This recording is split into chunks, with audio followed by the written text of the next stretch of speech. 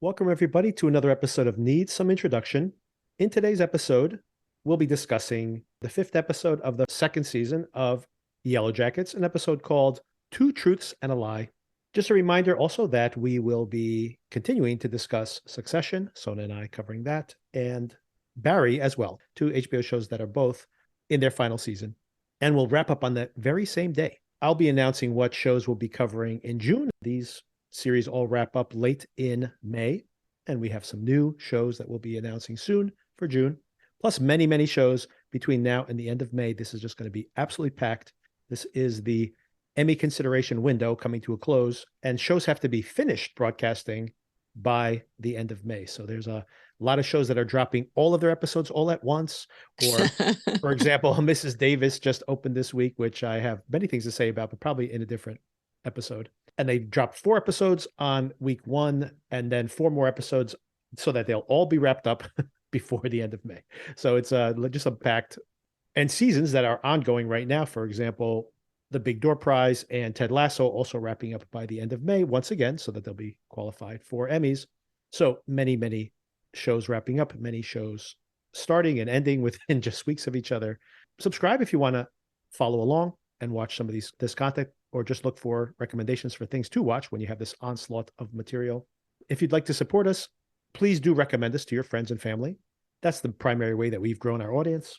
And give us a 5-star rating in Apple Podcasts or Spotify or any of your podcatchers of choice if you'd like to help us find new listeners. Okay, Sona, before we get into this new episode, I've been recently liking to kick off these episodes by doing a little internet sleuthing. I mean, we usually record these episodes within like an hour of watching the shows, so we don't really get time to process this stuff. True. So I did want to touch on a few things from last week. First of all, I'd like to call out that the Reddit boards are calling Ben Appetit. Oh, it's rough. Oh. Although we'll get to at the end of this episode, we now have someone has cut to the front of the line of being the next person to be eaten on the show. Another thing I wanted to bring up that I did not observe this, but it was something that was mentioned in another podcast I was listening to. So I rewatched this moment. When Jeff and Shauna are speaking at the end of last week, there's that moment where Jeff is talking about how we have to protect our daughter. Like, we can't just drag her into this situation. After all, she's our only child. And to Melanie Linsky's credit, there's this look of anguish on her face, just momentarily, just flashes on her face for a second. But it did make me think, very interesting, of course, that they do indeed have another child together. And we don't know the fate of that child, but they did indeed have another child. And apparently Jeff did not know about this. I mean, that's how I'm reading that scene anyway. Interesting. Because there probably would be a question if the child had survived and was given to adoption when they came back home, right, or if something happened to the child, but she had told Jeff about it. Seems like Jeff does not know. Another follow-up we have seen multiple times now. We had the stag, which got lost in the ice. I guess it's actually a moose, not a stag. And of course, we have Natalie having this vision of a stag, whether it's the same one or whether it's just a hallucination at that point. But importantly, in multiple cultures, I think in Viking culture and also in Native American culture, a white stag is considered an omen of good luck. This is not a brown moose. It's a white moose. They're trying to tell us something here. Oh, very interesting to know. Okay, last thing. Here's where I think this is the most fun one here. At the very, very end of last episode, we see Ty shows up at the Be Kind Rewind. What's it called again? While you were streaming. Be Kind Rewind is a different movie. The movies on the board. Trainspotting, I remember. Yes. Well, let's get to that one last because it's a little harder to interpret. First of all, Bound. So Bound is a movie made by the Wachowskis before they made The Matrix, actually. The Wachowski siblings, actually, they both transitioned since they made the Matrix films. Their first film was Bound, and Bound is a modern film noir, very sexy movie, by the way. It is. Oh, you've seen it? Okay. I didn't know you were aware of it. A film noir, very entertaining film, by the way, if no one's seen it. But very importantly, it's, of course, probably a very formative film for probably young lesbians of that time, which, of course, Van and Thaisa both are. Part 1. Part 2, Bound, right? She binds her up at night. She ties her up, right? So I think that there's definitely a pun, and of course the lesbianism both there. Also, Mean Girls, which of course, these girls are mean girls. And we mentioned this, I think, Sona, I think you mentioned this in a previous episode. When you had the mean girls in school, previously to mean girls, everyone would call them the Heathers, right? From our generation of watching Heathers. And now they call them, lead girl was the Queen Bee from Mean Girls, right? So there we go, the Queen Bee. We know the bees are a symbol here on this show as well. Okay, more puns here. Varsity Blues, right? These are the varsity soccer team, which of course are depressed for being trapped. It's a downer. It is a very downer. And I'm pretty sure Footloose is a pun on the fact that, Ben has lost his foot. Oh, boy. One more, Into the Wild, where we have this story of, based on true story, that film about disappearing into the woods and, of course, not surviving. And we know that the girls are A, into the wild, and B, some of them are not going to survive. Okay, here's where it gets a little iffy. Wayne's World. Wayne's World? What does this have to do with anything that's going on in the show? I've seen Wayne's World and I saw it in the theater, but I can't really... I know it was based on the SNL characters and Wayne and Garth, blah, blah. I don't really remember the plot of the movie, though. My read on this, honestly, because these are just basically puns, each one of these, is that there's going to be some character, maybe this character in the Lodge of the Dead character, or maybe a living character out there. We may have other survivors. And maybe there's a character called Wayne. And this is a spoiler for something that is to come. But I do want to draw attention to this because the speculation on the internet has been absolutely crazy. Like people are saying, because it has that Scooby-Doo ending, like this show is going to have a Scooby-Doo ending. Or even better is that Wayne in that movie is pursuing this girl, Tia Carrera, I believe. And her name is Cassandra. And of course, Cassandra in mythology had visions. So now it's like, they're saying this is some kind of reference to pursuing this woman who has visions, who is Lottie. And I think that's probably overreading it. I think this is probably just like someone will be called Wayne at some point and they'll find his cabin in the future. I think that's what's going to happen. They'll find Wayne's World. That would certainly clarify it. Lastly is Train Spotting. Of course, we have addiction, which we know some of the characters have addiction problems here in the show. But more disturbingly, of course, Train Spotting has a very memorable scene with a dead baby, which is neglected and dies. And a lot of people are thinking that that might be the fate of Shauna's baby. I've never seen Train Spotting. Oh, really? You never did? No, I never did because I heard parts of it were quite graphic. And before having a child, I was much more of a delicate flower as to what I could stomach and what I couldn't. If you know what I mean, as far as that scene that I'm thinking I've heard referenced. Oh, a couple of them. Yeah. So I never actually saw it, but that's very, very interesting. I actually felt, and I'm not trying to jump ahead, but this episode gave me, I know it doesn't fit with the time period theme, but Rosemary's Baby type vibes. Oh, well, I got something to tell you, Sona. Let me pull it up here. Is Reddit already on this? Oh, yes. Reddit is already on this. Sona, it's not only the signs on the board behind Van. There are movie posters as well. When Taissa walks in, what's the movie poster directly behind her? Rosemary's Baby. I didn't pick up on that. There's other ones like they have like Flashdance, Pretty in Pink, Ferris Bueller's Day Off. I think those are, just generationally correct. Right. I mean, it's interesting that one is not the same time period as the others, exactly. Right? I think Rosemary's Baby is probably from the 70s. Late 60s. Mm-hmm. Late 60s. Yeah, so significant difference. And speaking of the video cassettes as well that are prominently, like when we cut to Taissa, that you see the actual titles right behind her. One of them, It's a Wonderful Life, which of course probably has thematic overlap with the show as well. Like kind of, it's actually a very dark film, first of all, not the comedy that people kind of expect it to be, considering they think it's a Christmas movie. And also it's about like kind of reflecting on what could have been, which we see, like, for example, Ben is doing here, but also other characters have this as well. And there's other crazy speculation out here, but I do want to call one that I think is really interesting, which is one of the last ones that we see when they see Van, is The Fisher King. And if you've never seen that film, the Jeff Bridges character there is a DJ who has a cult following, and one of his crazy followers goes and commits an act of violence, and he basically disappears from the public eye and starts working in a VHS rental shop, and then kind of redeems himself in the course of that movie by helping Robin Williams, mentally unstable, confronting his past and then kind of coming to terms with it. So I think, once again, the filmmakers here on the show are wearing all of their influences right on their sleeves here. There's probably more, but I'm not going to go into I'm anything at this sure. time. Yeah, I mean, the whole video store thing is like a gold mine of yeah, ways to exactly. place little Easter eggs. yes.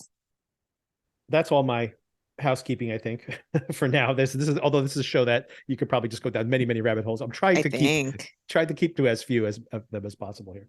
Okay, we open and we see Van. I love her at home with her rewinder. Remember that? You had to rewind your VHS tapes to the beginning. Van has like fully committed to just living in this era, I feel Absolutely, yes. like, with the Four Non Blondes song, right? What's going Yep, on? exactly. And What's going there on? was a Sony Wega TV, which I had Yes. one of those, and I believe it's one of the heaviest TVs ever manufactured. I think my husband almost had a hernia the day we moved, and he tried to carry it on his own because I am useless as far as upper body strength. Yeah, it feels like she's just kind of picked her era and settled into it. As many people do, by the way. So, but she's really, really It's committed to it. really committed. Yes. And of course, it's a meaningful era in the context of this show. Absolutely. And also, I think it's symbolic of the fact that these girls are all probably trapped in the past. She just most overtly just embraced it. Yeah, there's this whole psychological theory too. I'm not sure how sound it is, but that in some way, when you experience some sort of trauma as a child, you become stuck at that age in Yes. certain Mm-hmm. ways, Yeah. right? So, I mean, it makes sense. One more thing you see there in those little snippets of how she's been living her life. We notice that there's a lot of unpaid bills among her bills. So having a VHS rental service probably not the best business to be into at this time. Shocker. Right. Although she's converting people's tapes to digital, which I find that is a pretty useful service to have, considering you have all the equipment around, you can pretty easily do a digital conversion. It is useful. I mean, the one thing that I was wondering is like, I mean, the difference in quality is so noticeable Yes. between VHS and what we have now that it's kind of like, I understand wanting to watch old movies. Plenty of people like to watch old movies, but who has been missing that inferior quality? And by the way, that's why you have to keep those old TVs around. If you've ever had the experience of plugging in your VCR to like a 4K TV, and I have not done that, by the way, but I have tried to attach it to like just a high def standard, 1,000 lines of resolution, feed the VCR through that television. You start seeing it pixelate on the screen. It looks very bad because of the low resolution. I can't even imagine what that looks like when all your TVs are 4K TVs. It would look absolutely horrible to watch, like I muddy didn't and know just that, but it terrible. makes sense. Yeah. Yeah, yeah, terrible, terrible. But on the old TVs, probably still looks like, hey, you're like, once again, it's like listening to something on cassette, right? It sounds worse than it does digitally, but it does sound like what you remember it sounding like when you were a kid. So True. once again, you're replicating the experience of the past. All right, in the past, positive signs here right at the beginning. There's a thaw. We see the ice melting, not in time to save one of our girls, though. Ty has been meditating with Lottie in the mornings with the rest of the girls, and she stopped sleepwalking. So maybe there is some, I mean, maybe just the meditation on its own is having an effect, but maybe there is something else going on here as well. It might have been this, she was going to see those symbols. So she finally found the last symbol and they found Javi. Mm, So maybe mission accomplished, kind of, and that's maybe why that's what was compelling her. That's possible. then that if that was the case, then the eyeless man would almost be could be a benevolent force if you read it that way. Although Hmm. considering it drove her ex-wife into traffic and T-boned her, I'm not Hmm. sure. I've kind of mixed signals there. I like when they're actually doing the meditation and they start saying, "What does the wind sound like? What do you hear?" And Misty and Crystal, they both say at the exact same time, "Sounds like a whisper." Lottie mentions a new life is coming very soon, apparently. And Sean, of course, the one who's carrying that new life, is on the outside, like almost exclusively the only one. I guess we also see that Javi obviously is inside and Ben. So is that it? Is it just Ben, Javi, and Sean at this point who's not participating in this morning ritual? Natalie, Oh, yes, Natalie, of course. Yeah. that's all that's coming to mind at the moment. I think there are some other nameless girls, right? But the vast majority, I think, are participating at this point.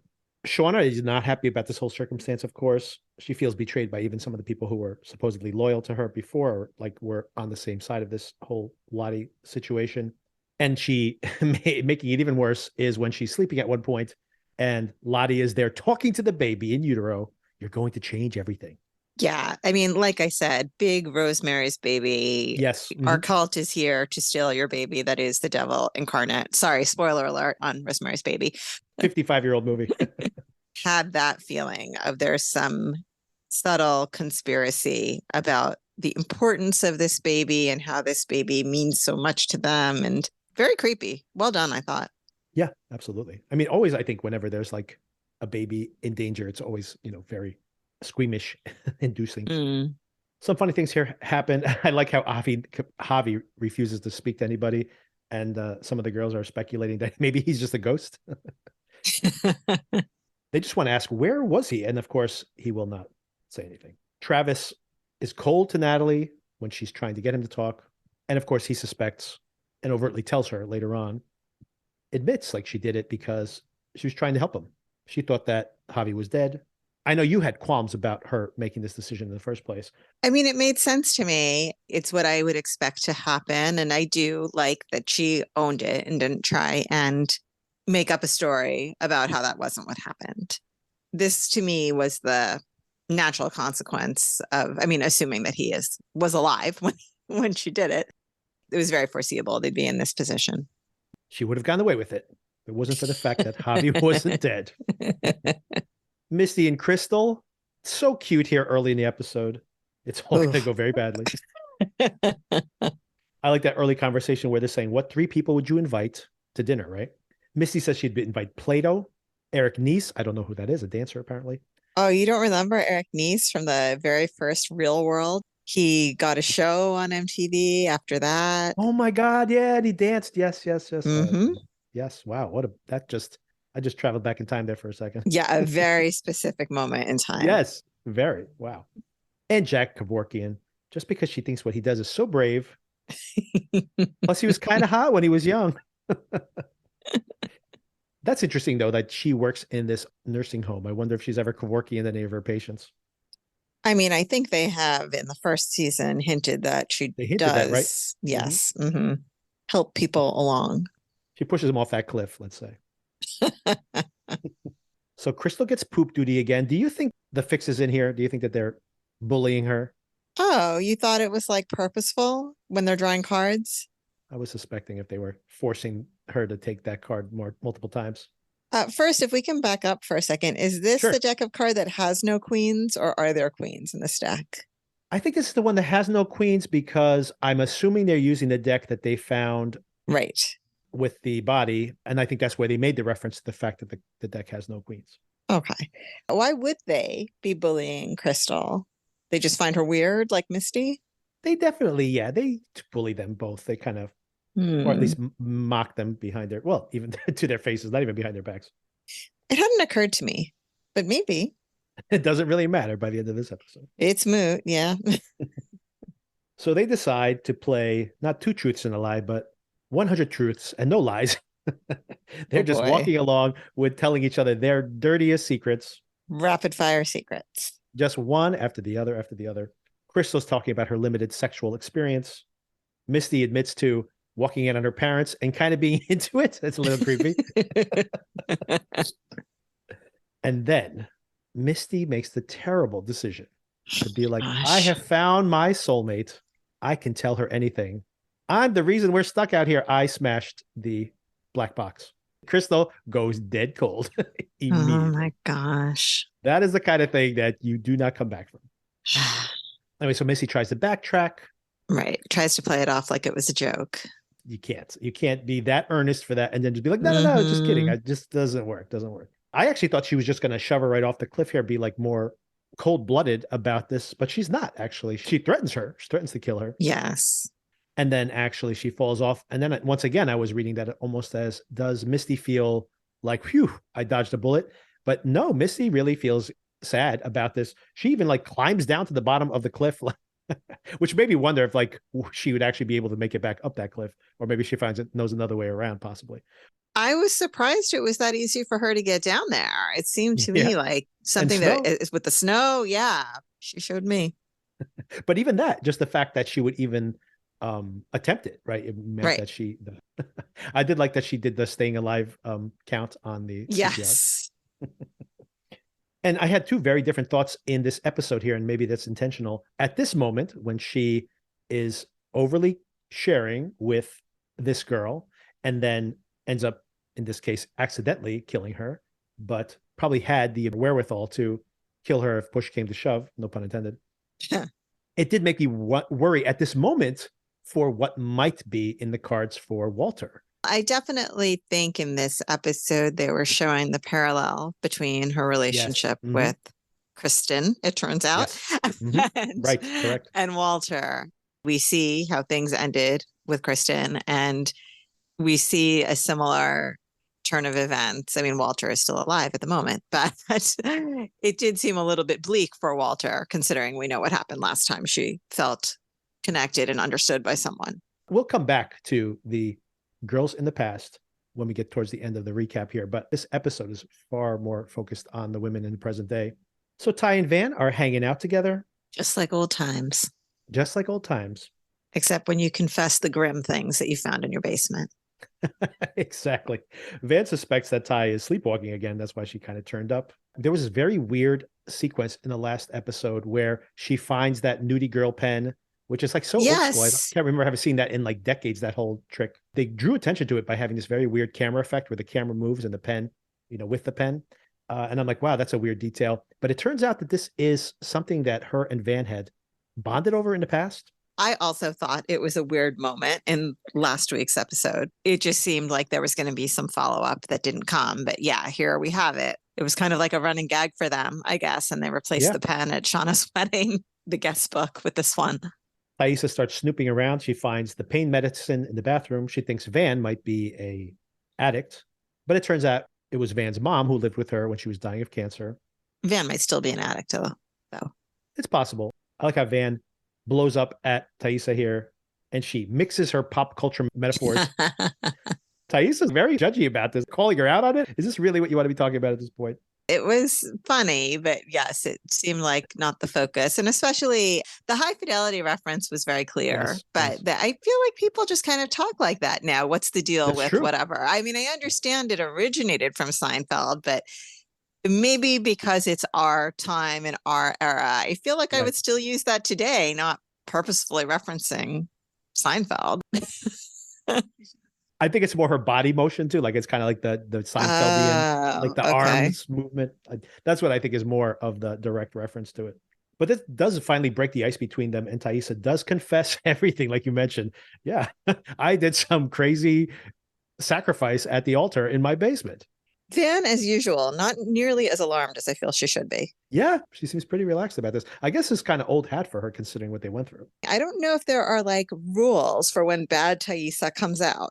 Because I was surprised that bad Thaisa, for lack of a better reference, evil Thaisa, whatever, would let her say all these things and be in this position. Yeah, I don't know if it has control when she's fully awake. I think the reason the bad side of her persona took over in the middle of the day that other time was because she was so sleep deprived. Yeah. Yeah. Exactly. Okay, that makes sense. Day sleeping at that point. Good point. I also like what I don't know exactly what the quote is, but I like how Thaisa was saying, like, Van, I don't want to accidentally wake up with my house full of dead loved ones. Like, oh yeah, that's probably a good motivator. All right. Meanwhile, Callie, we know where she's been hanging out. We suspected this all along. She's hanging out with, what's this detective's name? Matt. This is a very hip bowling alley where they have this punk rock band playing. Yes, live music at the bowling alley. Maybe that's a thing now. I haven't been to a bowling alley in a long time. Well, you know what? There's a historic bowling alley down in Asbury Park, which you probably know about. And every year they have a concert down there. It's called All Tomorrow's Parties, which is named after a Velvet Underground song. And every year they have a different celebrity curate it. And they had one of the band members of Portishead do one just 20 years ago or so. He primarily does like movie soundtracks now. He doesn't, the band's disbanded. They had, I think the Damned or some punk rock band got back together for this concert. And you can actually find pictures of this. They're performing like on a stage, which is above the bowling alley, and it's all lit up in neon, and people are bowling while they're performing. It's pretty crazy. Fun. Pretty cool. Yeah, very fun. Got to be like 10, 15 years ago at this point. But they have it. They still have an annual concert. I like that Callie did not get the Big Lebowski reference. Maybe if she was her actress at the age she claimed to be, she would, but. Right. So his name is Jay because that was the reference. Jesus is No, but he was making a pun on his name. His name on is Jay. his Yeah. supposed name, right? Like, yes, his Oh, well, fake name. right. Sorry. I didn't realize you were asking about real name versus Yes. his fictitious hipster persona there. By the way, so when I get the AMC notifications, like because I have that AMC program, and they sent me a notification, I think like a week or two ago, they're having a special showing the 25th anniversary Sona of The Big Lebowski. That does not feel 25 years old. I'm sorry. Well, Or I old. still haven't Old. seen the movie. So Yes, in if my you've seen mind, it, it's timeless. right. But I do know a lot of references to the movies just by living my life and hearing He has them. a huge, huge cult following. Yes. Fantastic sweater also featured in the movie. Yes. Callie says if she gets a strike, she gets a kiss. But apparently she's only throwing gutter balls, so he thinks he's safe. But she does the old granny roll and it works. And he's like, uh-oh. Mhm. I was thinking here for a second, is he going to kiss her? But he's smart enough to be like, man, this is going to, if this comes out in court or something, it's really going to screw up our Right. case. So I'm going to keep my mouth shut. But bad time for him to go to the bathroom because the bill comes.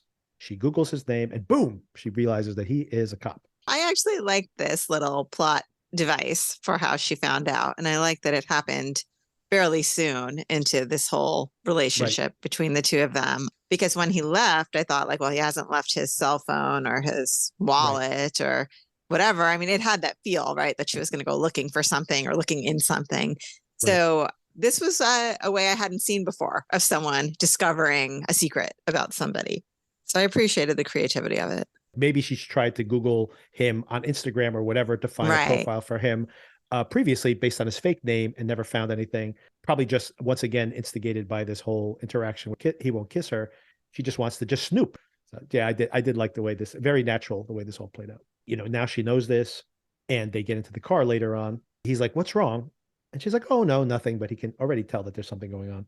And she tries to throw him off by saying, "You know, when I told you about my mom having that affair, I found out who she's sleeping with. It's Randy, my dad's best friend." I give Callie credit here. I think she's smarter than I thought. This was a good lie Yes. rather than Yeah. Mm-hmm. trying to say, oh, it turned out I was wrong about her having the Right. affair. It was just a misunderstanding.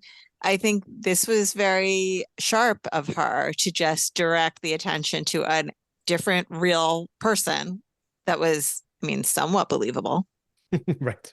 So yeah, Callie pretty fast on her feet, and she goes home to tell her parents. Also smart of her to just tell everything at this point. Yes. I also love the two parents diverting responses. She's like, I don't want you to get mad. And Shauna's like, no. While the dad says, sure. And then when he says, I've been hanging out with this cop, Shauna's immediately thinking, like, what kind of questions was he asking you? And the dad's like, how old was he? Yeah, I think they both were kind of cycling between pure parenting of what is my teenage girl doing and Right. wait, are you going to get us arrested? Shauna decides this is a good cover up story, gets followed that night. She just assumes that she's being tailed by the cops, goes out to meet with Randy at the motel. And then I loved it, all this interaction between her and Randy. The most important thing that happens here, of course, is that Randy goes, "Is this have anything to do with the investigation of Natalie? I was on this boat. Someone was interviewing me, questioning me." And I think that's very important because this is going to be the thing that starts Shauna moving in the direction of ending up at that honey farm with everybody else. Mm-hmm. But this whole thing is hilarious where she's saying, we're just going to hang out for a little bit. Jeff told me that I'm not allowed to touch you at all. And then Shauna's smart enough to know that someone's going to come and snoop, wants to leave behind some evidence that they had sex. So she gives him a condom to masturbate into. And Randy can't even do that right. I felt it was overkill at the time, but it turned out she read the situation properly. Yeah. But I think she would have been better off not doing it given how everything turns out. That damn strawberry lube strikes again. Matt is pretty tenacious about that investigation of the condom.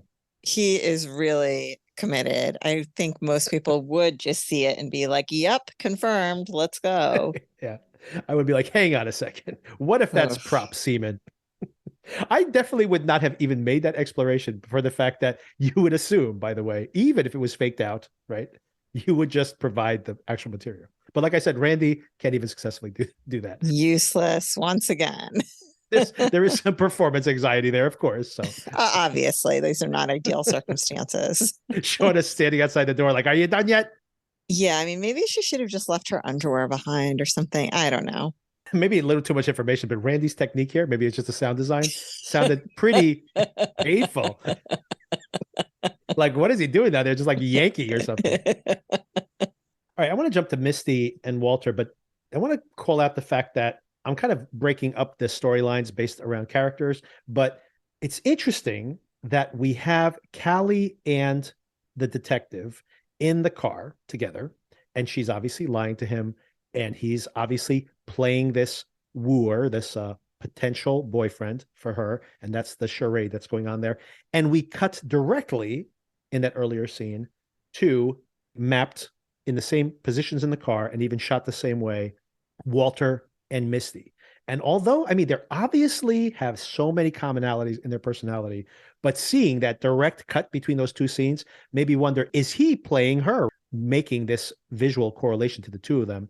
That's already been speculated on, that is what he is doing. But then we did have that moment where they had the exact same nighttime ritual. So maybe it's both things at the same time, right? That they are this similar to each other, and yet he is maybe playing a role to entrap her in some way, or at least investigate her. I hadn't picked up on that visual correlation, so that's interesting. They start playing two truths and a lie, which is where the title for the episode comes from. He tells her three truths. What do we find out here? He may actually be Barry Manilow's love child. He has a goat called Billy that he used to make cheese, artisanal cheese. And he owns some stock. That was a very bad, that one didn't seem that outlandish considering he supposedly has $6 million in cash. More strange was the fact he'd never been to a Taco Bell. Not everything has beans in it at Taco Bell. That's true. Very good point. He tries to pressure Misty into doing the same. She comes up with, she never gets to her third truth, but she says she doesn't like monkeys. She thinks that they're asking the wrong questions about the moon landing, her conspiracy theorist side of her. And that's when they find the honey farm, the sign that from the jar, in the middle of nowhere, practically. This is on Route 19 North, by the way, so I'm trying to figure out where this would potentially be on the map. I am not super familiar with Route 19. Yeah, it's kind of not, it's not near where we grew up at all. So what'd you think about this? She's giving him a pretty cold shoulder here, where she seemed to be warming up to him last time. Why do you think she's soured on him? Or do you think she's just so dead set on finding Natalie?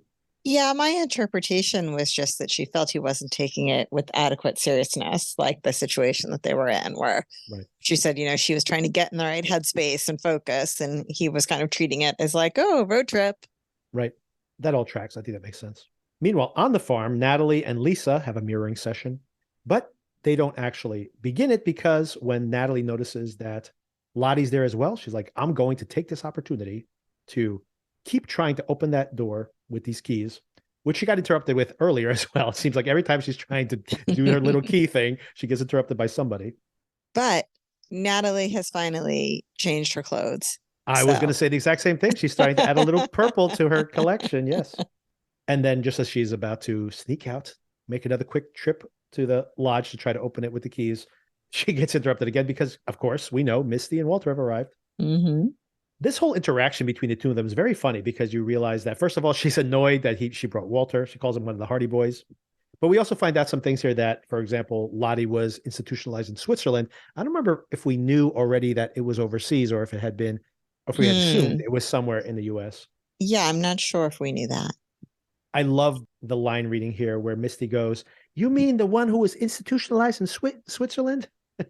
And she's like, "Yes, Misty, that Lottie." But it's like just such an annoyed reaction. Like who else could I possibly be talking about? And she says, "I've not been abducted." Well, I kind of was abducted at one point, right? But now I'm here on my own volition. She's trying to help me reflect or whatever. And you and your Heidi Boy can like leave. And Elijah Wood, as she walks away, says, "She seems nice." Yes. And Walter decides to be like, well, I get that sounds like, it's probably the end of the line here. We can head back home. Misty's not taking no for an answer, coming up with a conspiracy as to why she's actually there. She obviously needs to be broken out anyway. And she's also very upset that be like, how did I not know Lottie was this close? Accentuates, I kept tabs on everybody. And somehow completely missed Lottie, which is interesting to think about because why wouldn't she have known about Lottie being there? It doesn't seem like it would be that hard to track. Yeah, and where did she think Lottie was? If she's actually keeping track of her, exactly, then where did she think she was? And I will say, just as an aside, I am seeing a lot of great connections generally between the younger actresses and the grown-up versions of the actresses. I think it's much stronger than it was in the first season, or maybe I'm more familiar with the characters than I was in the first season. Like I saw it with Misty this week for sure. But the Oh, yeah, young Lottie, grown-up Lottie, I'm not getting that connection as much. I agree. Unfortunately, they both have to play like they are wrestling these internal demons. So I think it's a hard role to have to play to add that character detail to. Mm, I mean, what they are both doing in tandem is being basically afraid of what their powers might be. But that is kind of like very one note compared to, like you said, like Misty, I think is great. And that was the case even in season one. I think the correlation between the two yeah. Misties, there's like full continuity between those two characters. I feel like they should have picked some sort of body language or cadence of speech or something to tie the characters together a little bit more clearly. Yeah. Misty then keeps going down this rabbit hole saying, well, she's obviously being indoctrinated. This is cult 101. You have to separate your people from their friends. True. But Walter at the same time starts to push back on like, why are you so fixated on this? And I'm not sure this is when I would bring up this conversation, but he circles the conversation back to the whole Adam situation and then starts to push there. Oh, and we do find out that, as you had pointed out in an earlier conversation, that when Misty comes up with that story about her interest in the Adam story, that we saw Elijah Wood, very good performance on his behalf. You can read his face as being like, oh, she just lied to me right there. And he calls her out on it here as well. And he starts to think that maybe Misty is involved with some of these murders. Here's the second read I had on here, or maybe it's a continuation of the previous read. But the fact that he seems to be saying to her, you can tell me if you are, I like you and I'll accept you either way. Now I'm starting to think, and maybe I'm being cynical about this, but now I'm starting to think that he might be like one of these fanboys and he has a theory that she's a killer. He talked about being the Moriarty to her Sherlock Holmes. How did you read this whole entire scene here as they're breaking up? It was hard to know, but I mean, I do think they have established that certain people are like a little bit obsessed with the whole Yellowjackets Right. mythology. And it's totally believable to me that he could be one of those people and doing a deep dive on some of their theories. I feel like their relationship has a lot of layers. Yes. I really did want it to be just a happy relationship. I would be a little disappointed if it turns out he's like a serial killer and he's looking for like a serial killer girlfriend. You know what I mean? Like if it was one of those type of things, I don't think I wanted to go that route. I'd rather than be like these two weirdos that have a romantic relationship and they're a really good match and it probably will end horribly, but that's okay. Until then, I want, that's what I want to see. Yeah, as long as it's not like that Dexter thing where they were both serial killers. Oh, yes. And, That's what I that don't was want to see. awful. Exactly. Exactly. And she leaves. She says, I'm staying. And he's like, what do you mean? I'm your ride. She says, I'll figure it out. And we kind of already know, even then, even before the end of the episode, that means she's going to stay there because I think it's pretty clear, even early in the episode, that they are all headed back. They're having a reunion. It's the class reunion. 25 years, right? So towards the end of the episode here, Natalie thinks she has a gotcha moment. She finally got no interruptions. She got into that cabin. She did her exploration of everything in there. Lottie has their records. She has information about them, their personal histories, their bank accounts, everything. And she says, aha, I got you. See, you're a big scammer, which is what Natalie wants to believe, of course. And all the people in there are like, we handed over that information of our own accord. And then Lottie says she wants to clear the room. She wants to be with Natalie alone, wanting to find out what Travis's final words to her mean. What did Natalie know? One last thing I want to call out near the end here, where Kevin and Matt are investigating that room and finding the condom that was left behind. And I think this is another thing that might be important here. Now they realize Callie had told the mom what was going on. That's what led to this whole scene, obviously. But Matt is committed on like not giving up this line of questioning, but how can he use Callie to manipulate the mom back? So I think that is going to pay off in some way in the future. Right. With him saying, she's smart, but I'm smarter. Which could be his downfall here. In the past, approaching the end here, we see Shauna and Thaisa are out. She's arguing with Thaisa. You're supposed to be on my side. You're now with these cult members, basically, Lottie's cult. Thais is defending herself that she's just doing it to, get along. She's doing it for Van, and it's also helping her. For some reason, she doesn't know exactly why, but it is helping her. And during this argument, Shauna starts having labor pains, and also simultaneously, this wind comes in, and it's like an Mm-hmm. instant storm in the middle of the day. This is also the moment where Misty has climbed all the way to the bottom of the mountain, just as the storm arrived, trying to resuscitate Crystal. Too late. And the girls start communing with nature. They're doing what they did before, listening to the wind and calling out. And Shauna is listening to this as well and is following these messaging. And I mean, I know you don't want to hear this, Shauna, because you don't like the supernatural aspects of this show, but this definitely is starting to lean on the side that they are somehow communing through nature with each other. But way more importantly is in the present day, something is obviously directing them back together, right? There's a like very different confluence of circumstances that are pushing them all to be together at that compound. I don't want to hear it. But yes, I understand your point. Before Sean and Thaisa have found their way back to the cabin, Misty has already returned and is using the storm as an excuse for Crystal's disappearance. I'm sure she'll direct them to the body later for snacks. Right. So maybe the living people have a little bit of extra time now that there's a And new dead body in town. the thaw has come as well. So it's the other animals should start showing up sooner or later, non-human animals. Speaking of human animals, Javi does speak just momentarily to Ben, just a few words. That's all he gives him. And he says he didn't come back because his friend, she told him not to come back. I was going to say, now we know that there were other people out there, but who knows? It could be another vision he had, another voice he heard. But I do think these are actual people out there, don't you think? Okay, so here's a thought that just occurred to me. Sure. Probably, but could it be evil Thaisa? And maybe that's why he's keeping his mouth shut because she's there. Let's say that she had threatened him under this other persona, and now she's like there. So he's like, should I say anything? Am I allowed to say anything? It's actually not a bad theory.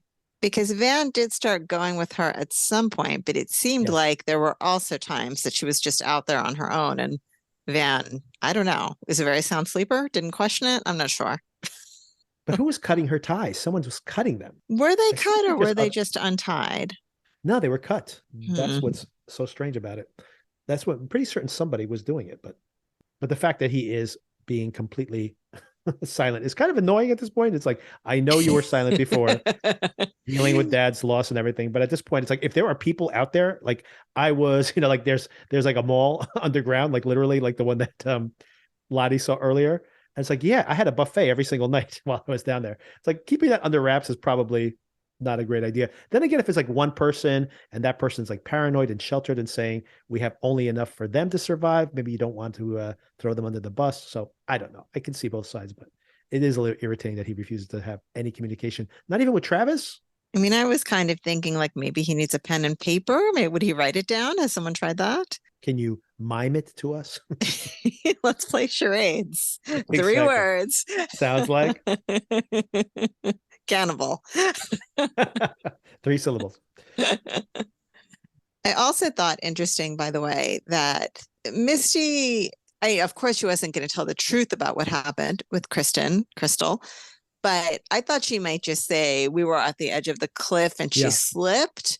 Like Yeah. it was interesting that she distanced it from herself that much, that, oh, we got separated. I didn't know what happened to her. She could still kind of do that because she can say the storm rolled in, we weren't together. She threw the poop off of her this cliff, and then she would be at the bottom of the cliff, and they'd be like, "Oh, she fell off the cliff," right? Like so. There's probably ways she True. can still be, it doesn't have to play totally dumb. Like I have no Yeah. idea how she came over here or whatever, right? So she just probably wants to give herself a little more distance. Just admitting that she was standing next to her when she slipped might just be too close to the truth in a way. So Maybe. and of course, then Shauna and Thaisa have made it back. Baby's on the way. In the present, speaking of Thaisa, we see Van in the middle of the night. Evil Thaisa, or other Thaisa, whatever we want to call her, is in control. Kisses Van, right? Mm-hmm. And Van's like, oh, where did this come from? Right. She figures it out immediately. It's you, isn't it? And once again, not very disturbed by this turn of events. Seriously. And speaking of things driving them all to the same location, Evil Thaisa back in control, saying, this is not where we're supposed to be. Mm-hmm. We know where they're supposed to be. They're supposed to be with Lottie. Near the very end of the episode, of course, we have the hypnosis session between Lottie and Natalie. She's remembering her last time with Travis. They started getting high. She had some kind of overdose episode. He calls the paramedics. And as she's coming to, she's having flashes of something. And she warns him that there was something out there with us, something evil. She has a vision, by the way, of them all dying on the plane, not surviving, which is interesting that she has this vision. Lottie seems very interested in that version of reality also. There was something there. It was there with us. And we brought it back. Very importantly, we brought it back. Mm-hmm. Also interesting that the way she describes this, that it came back with us or in us. It could be something that was, to go to the idea of a non-supernatural explanation, that this is something within them that was revealed while they were out there, and it's still with them now. You could read that way. Once again, the fact that somehow, if Misty didn't know that Lottie was in New Jersey, then how would Thaisa have figured it out somehow magically? Any kind of question mark that she's not ending up there or Shauna's not ending up there is given away by the preview for next week, right? Which shows them all lined up. Mm. All right, a couple of questions for you. We're in the middle of the season, so I want to get your kind of temperature check on where you are with the season. Also, what you might expect from the rest of the season, and just some of those scenes. We see all the main characters, the ones we've met here on the show, lining up there in that scenes at the end. But wouldn't we assume, and hopefully this show is smart enough to do this, if they're being drawn together, shouldn't we see even other girls that we may not have even seen adult versions of popping up also? They might take longer because they might be thousands of miles away, not like an hour drive away like these girls are. But you would assume to see more of them, no? I would have to go rewatch the preview scene, but I didn't question it at the time that I saw it. I don't know. Interesting point. Other things we see in those coming attractions is Shauna gets questioned by the cops, but she does seem to make it to the compound so that they don't have her detained or anything. Then again, they don't have any proof anyway, so what would they detain her on? And we do see her briefly there with the other girls or the other women at the compound, which of course we already knew that the thing that's probably going to trigger her investigation is Randy speaking about the investigation, which I'm sure is going to be into Natalie's disappearance. And I'm sure she's going to ask questions about what happened to Natalie. And maybe she'll just call Misty on the phone or something. And Misty's going to be like, here's where I am. Come and meet up with us. I've been trying to call you for months. Exactly. You've been ignoring me. Now all of a sudden, Yes. Shauna's curious about where she is. I mean, it's pretty much it. We see the baby coming and we see the girls, or more of them, reuniting at Lottie's compound. And what is going to happen in those circumstances, we don't know. Is the baby going to survive the birth? I would guess yes. Are the girls going to have some kind of confrontation with this evil force? I think that will probably happen towards the end of the season. That's my guess. Oh, I wanted to point out also just one moment. Lottie and Natalie are having those final moments, right? The shadow with the antlers. Did you pick up yes. on that? Yeah, absolutely. Which was nicely done, I thought. Although with Lottie, we never know if she's just off her meds or actually legitimately. It's always a combination of both things, I think. So I am very interested to see what's going on with this baby. From being a little bit lukewarm on it for the first couple episodes, first of all, the cannibalism thing. And then, you and I had discussed that the season premiere didn't have like the usual draw that a season premiere has. Right. So I just wondered, is this just going to be the tone of the show this season? Because I don't, it wasn't my favorite thing I've seen. But I think these last couple of episodes have been really good, have kept me really interested. So I am excited to see how all of these plot lines develop and connect. I remain more interested in the present day than the past. And I remain less interested in the supernatural aspect of this, which seems like it's going to be kind of unavoidable pretty soon to confront the supernatural part head on. But nonetheless, I am interested and I am enjoying it. How about you? Yeah, no, I am enjoying it. I think that I had some of the same qualms early in the season. I don't have as many issues with the supernatural mythology. For me, honestly, like I remember, I'm going to keep making this comparison to Lost, when the mythology got really, really heavy with that show. Eventually, I just dropped off of that show. But even before then, I was still engaged in season 2 and 3, and people were getting more and more and more invested in the mythology. And I was just like, I just want to find out the trauma from their backstories, the way they try to repair that in the present, the way they can't overcome it to build new relationships. That was what was interesting to me about Lost.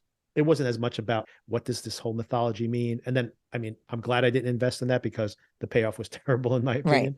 I actually don't mind that they like this level of the mythology. And I also can imagine ways where in my mind it can be satisfying. Like I could imagine that the girls have some kind of ritual here at the compound when they're all together, and they could think that they have somehow exercised this thing. Speaking of like Rosemary's Baby, which of course doesn't happen, but you know, this whole idea of like having an exorcism of this demon. And then that could still set things up for next season because maybe it's like a false flag that it doesn't actually create the result that they expect, but the women could kind of have a reprieve where they think things are better. And but you could also read that metaphorically as that is still just that exercising of this demon is really just them trying to exercise this trauma from their past. So it still is close enough where I don't find it that distracting, although I'm pretty certain it is now.